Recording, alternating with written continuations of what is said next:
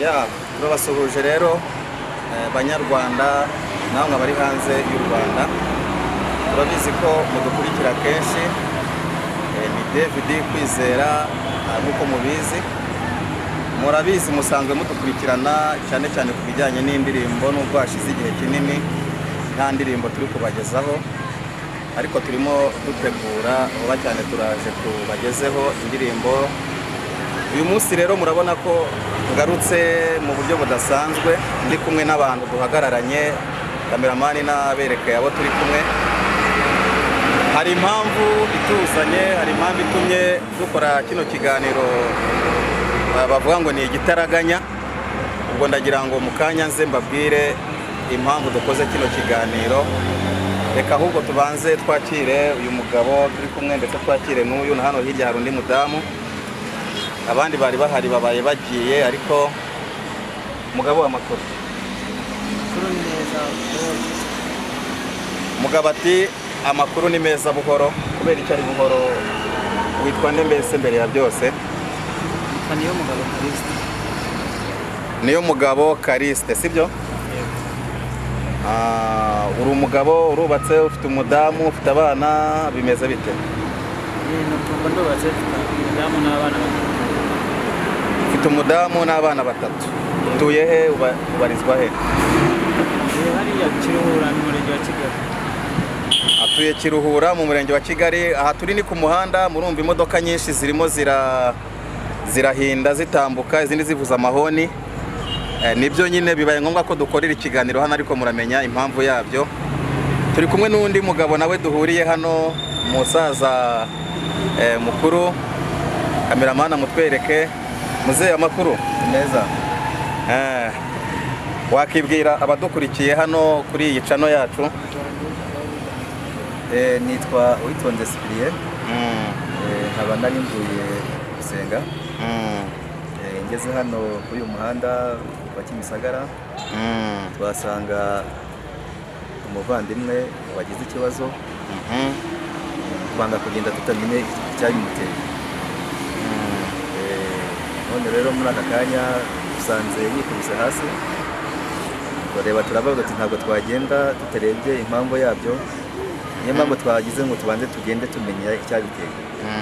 Kandi ni ijambo ry'Imana riravuga ngo nusanga umugira neza cyangwa umuvandimwe yaguye ku muhanda cyangwa ku nzira, ntukagende utamenye icyabimuteye. Natwe rero muri urwo rwego tubanze kugenda tutamenye icyateye umuvandimwe wa Kigali, icyamuteye gutuma niba ari uburwayi tumenye nawe niba ari impamvu yabwo, kugira ngo tugere tuzi impamvu yabwo. Urakoze cyane muzehe. Ko najyaga numva ngo i Kigali abantu batambuka umuntu ari kumererwa nabi, ari gupfa, ariko bakigendera. Umutima mwiza gutyo wawukuye he? Ni ukuvuga ngo ngewe mbikura mu gusenga. Kuvuga ngo nubwo nanjye mvuze n'ababyeyi barabinkobeje, ariko hari n'akantu kiyongeyeho cyane. Ibintu byo gusenga byatumye ngira umutima wo gutabara umuntu wari ku nzira cyangwa se umuntu ushonje. Niyo mpamvu rero nanjye nanze kugenda kandi mvuye gusenga, ngenda umuvandimwe ababaye, ngo ngere mu rugo ngire icyo mfata kandi nsize umuntu ku muhanda atameze neza.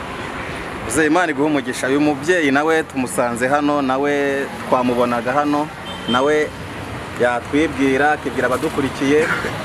Murakoze. Nitwa Munganyinka Rosine. Munganyinka Rosine? Ndi umumama ndubatse, mfite umugabo n'abana. Rero mu buzima busanzwe nkorera hano hafi. Narindi ku kazi baravuga ati umuntu yikubise hasi arapfuye. N'umuntu w'umubyeyi n'ubundi ababyeyi bahorana impuhwe, nambuka nza kureba nyine ikibazo umuntu agize. Gusa nkimukubita amaso nk'umuntu mukuru njye mbonye asa nk'uguye isari, banza kwihutira gushaka akantu k'ibanze kamutabara aho hafi. Ubwo rero tugize amahirwe, tumuhaye ako kantu k'ibanze kamutabara, tubona bashije kuzanzamuka. Muri make ubwo icyamuteye ikibazo ntabwo cyo twakimenya neza, gusa amahirwe tugize nuko yabashije kuzanzamuka. Imana iguhe umugisha cyane ku mutima mwiza.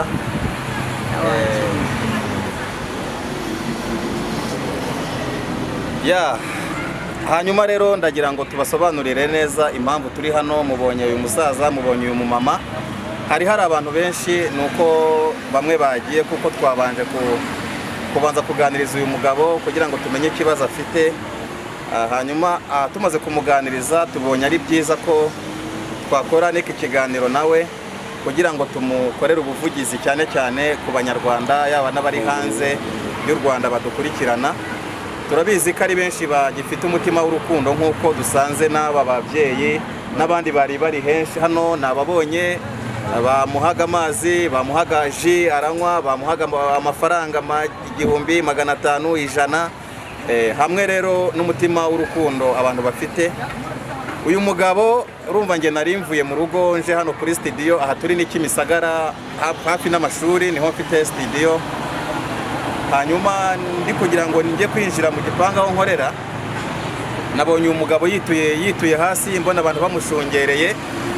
Hanyuma nabanje kugira ngo ni imodoka imugonze, ariko ndebye mbona nta maraso, mbona ntabwo hameze nk'ahacitse igikuba cy'umuntu wagonzwe. Nagerageje rero kurungurukayo, mbona uyu musaza mumaze kubona arahahagaze. Hanyuma mbona n'uyu mubyeyi, mbona n'abandi benshi bari bahari bagiye, mbona bari kwiruka, umwe azana ji, undi azana umugati. N'ubu ngira ngo murabona ko umugati umwe akibufite, hari undi yariye. Mbese kuba ahagaze ahangaha habanje kubaho ikintu cyo kugira ngo agire akabaraga ko kuba ahagaze ahangaha, kandi ababikoze ndabashimiye, Imana ibahe umugisha. Uyu mugabo rero ubwo nange nomotse umuhanda ndaza mpageze, turamubaza bimeze bite, ati mumpe amazi. Nibwo buryo bwo kumuhembura uko navuze, akaji, umugati. Nyuma rero yo kumuhembura twamushyize ku ruhande n'uyu mubyeyi n'uyu mugabo turamuganiriza, dusanga uyu mugabo afite ikibazo cy'inzara cyatumye yitura hasi mu muhanda, abantu bakamushungera. Kandi murabona ni umugabo agaragara nk'umusirimu, murabona yambaye impeta, yatubwiye ko afite umudamu n'abana 3, atuye hirya Kiruhura nk'uko yabivuze. Turagira ngo rero uyu mugabo tumuha akanya agerageze kuvuga cyane, kuko turi kuvugira hano ni ku muhanda, hari ibinyabiziga byinshi. Atubwire mu by'ukuri ubuzima bwe, hanyuma nyuma turaza kubabwira igikurikira. Umugabo turagira ngo ugerageze nubwo nta mbaraga ariko mu ijwi riranguruye ubwire abadukurikiye ikibazo ufite mu by'ukuri byagenze gute, ni iki cyateye kuba wakitura hasi ukazungurira kubera inzara, ni ikihe kibazo ufite mu by'ukuri? Ikibazo mfite ubundi nari umunyonzi, hanyuma nza guhura n'ikibazo cy'uburwayi bw'impyiko. Muganga rero arambwira ati ntuzasubire ku igare kuko utaramenya uko bihagaze. Ako kazi basinyi gakora ko kunyonga, keretse kwirirwa hariya kwa Mutangana ndeba umuntu ntwaza imizigo. Kimwe nuko ntanamubona bitewe nuko abahakora benshi bari muri koperative. Ubwo rimwe na rimwe nkabona icyo kurya, ubundi sinkibone. Mbega kugira ngo isereri ize kuriya uyu munsi ni wa gatatu, kuko umunyabuzima araduha ifu y'igikoma yari yashize ejo mu gitondo, ariko igice cyari cyasigaye ni icy'abana bangoye mu gitondo. Rero naravuga nti reka ngiye gusenga hariya kuri Kiliziya, kuko hari umuntu nari mpazi ijyanye yuko duhura nawe mubwiye ikibazo mfite. Sinamubona nawe rero aho dusohokeye, nagendaga nkabona umuntu abaye babiri. Nicara hasi abona utuntu tw'inyenyeri mu maso, mbonye bigabanutse ndakomeza ndaza. Ngeze hariya rero mbonye ikintu cy'igihu mu maso, mbona haranyeganyeze. Nongeye kubona mbona mundi impande murimo muramfasha. Ikibazo dufite nyine ni ubwo no kuvuga ngo ikibazo ni inzara, kandi ubwo aho wowe witura hasi nk'umuntu w'umugabo, ubu abana bameze bate, umudamu mu rugo ameze ate? Ese ahantu utuye ni mu nzu yawe? Wavuze ko utuye Kiruhura ko ariho uba, ni mu nzu yawe? Bimeze bite mu rugo aho wowe ugira ikibazo kimeze gutya? Ntekereza ko mu rugo watubwira amakuru uko ameze. Mu rugo ni ugupfundika nyine, iyo mbonye aka karaka k'igihumbi cya 2 ndagenda nkabikoresha tugahaha.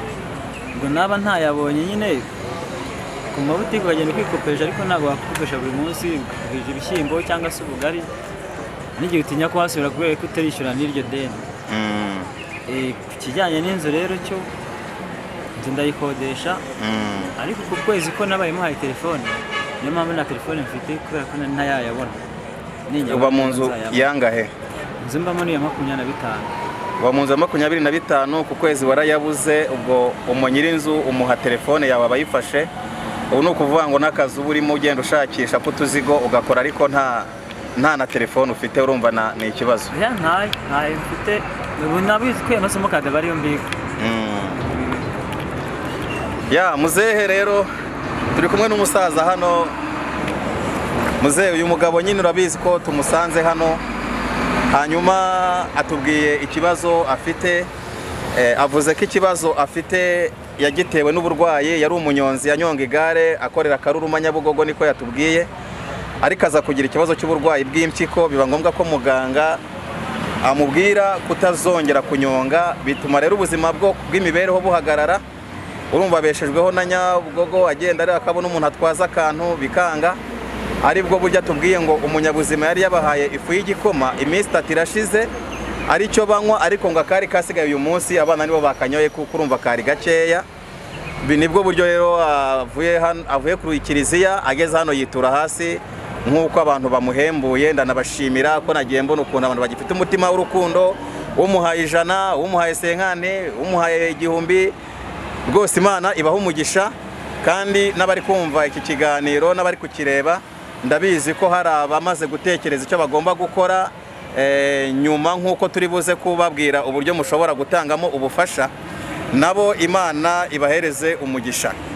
Muzehe rero uyu mugabo urumva ikibazo afite, nk'umusaza mukuru duhuriye ahangaha, uyu mugabo urumva wamwifuriza iki, wamusabira iki abadukurikiye? Murakoze.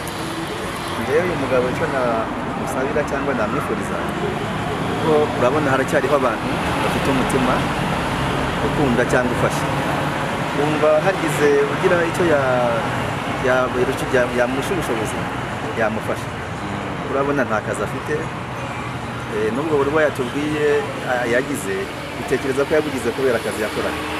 Niyo mpamvu akwiriye gufasha rero, akaba yagira icyo afashwa, akaba wagira akazi yakamuha nta kibazo, wagira ubundi bufasha yabumuha. Bose abafite umutima w'ugunda turabizi ko baracyahari. Hagize rero wabyumva kumva icyo kiganiro wa mugani nk'uko twabivugaga, agiye afite ubushobozi, n'ubundi abantu benshi bariho bafite ubushobozi, bagira icyo bamufasha, akagira icyo yakwirwanaho n'umuryango we. Murakoze. Ya muzehe Imana iguha umugisha. Uravuze uti hagize umuntu ugira icyo amufasha yamufasha. Nibyo koko. Rero mugabo kugeza ubu ngubu abadukurikiye, abakurikira iyi channel yacu, urumva wababwira iki, urumva wabasaba iki, urumva wakifuza iki, gira icyo utangariza abadukurikiye? Nabasaba nuko wenda waba ufite umutima wo gufasha yamfasha, haba mu buryo bw'akazi, uburyo se bw'ifunguro, wenda n'ubundi bufasha bundi bwaboneka. Imana yazaba umugisha. Urakoze cyane. Ya icyo rero numva nasabira uyu mugabo ndumva twebwe ubufasha tugomba kumuha bw'ibanze twabumuhaye. Kuba ahagaze hano hari icyabanje gukorwa, kandi n'ubundi bufasha bw'ibanze twabutanze, ariko turagira ngo tubasabe abadukurikiye, ndabizi muradukunda, nimufashe uyu mugabo, ndabizi muracyafite umutima w'urukundo. Hanyuma mugabo, ubu abadukurikiye bashatse kugira icyo bagufasha, uvuze ko telefone yawe iri kuri, bavuga ngo ni Nyiribyondo. Ubwo umuntu ashatse kugira icyo agufasha yagufasha gute? Ubufasha yabunyuza ku yihe nomero ko wumva nta telefone ufite? Telefone nayo mfite, ariko nimero ndayinyize mu mutwe, mbitse simukadi, umunsi nabonye telefone nzayishyiraho. Ubitse simukadi? Okay, aribwira abadukurikiye nomero yawe rero bacishaho ubufasha bashatse kugufasha, hanyuma dusoza ikiganiro. Nimero yanjye rero yajyaho ubufasha ku muntu ukeneye kumfasha ni 0780 271 992. Amazina ni Niyomugabo Callixte. Ya murabyumvise rero, iyo niyo nomero yiwe, nubwo kugeza ubu atayifite, ikaba ifitwe n'uwo akodesha nk'uko yabivuze, ariko ndabizi neza ko hamwe namwe natwe turi bufashe uyu mugabo ikibazo afite kigakemuka, na telefone akongera akayibona, kandi avuze ko simukadi yo uvuze ko uyifite, birumvikana nta kibazo. Uwagira ubufasha yabucisha kuri iyo nomero. Rero reka tubashimire, dushimire uyu musaza rwose wagize umutima w'urukundo, tugasanga arimo aragira icyo akora kuri uyu mugabo. Dushimire n'abandi bose twasanze hano, nubwo hari abagiye bari bagize icyo bakora, bamugaburiye, abamuhaye udufaranga nk'uko nabibonye. Imana ibaha umugisha, kandi mujye mumenya ko imirimo dukora ntabwo irangirira aho, tuzayigororerwa. Murakoze rero, Imana ibahereze umugisha, kandi mukomeze kudukurikirana. Ciao.